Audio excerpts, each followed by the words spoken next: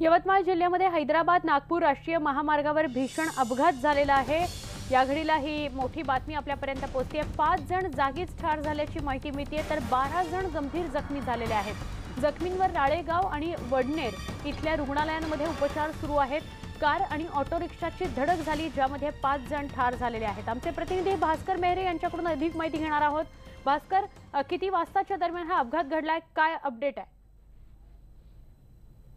वडकी जवळ रिधोरा नावाचं गाव आहे आणि या गावातील काही लोक जे आहे ते दर्शनासाठी आदनसरा या ठिकाणी जात होते।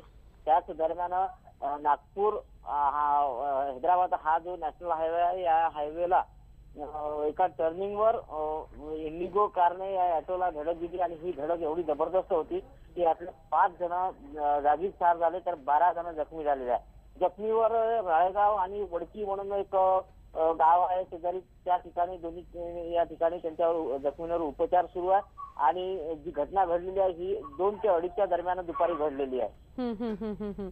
धन्यवाद भास्कर, आपण ही माहिती दिल्याबद्दल। दुर्दैवाची बाब आहे, 5 जणांचा मृत्यू झालाय, अनेक जण गंभीररित्या जखमी आहेत।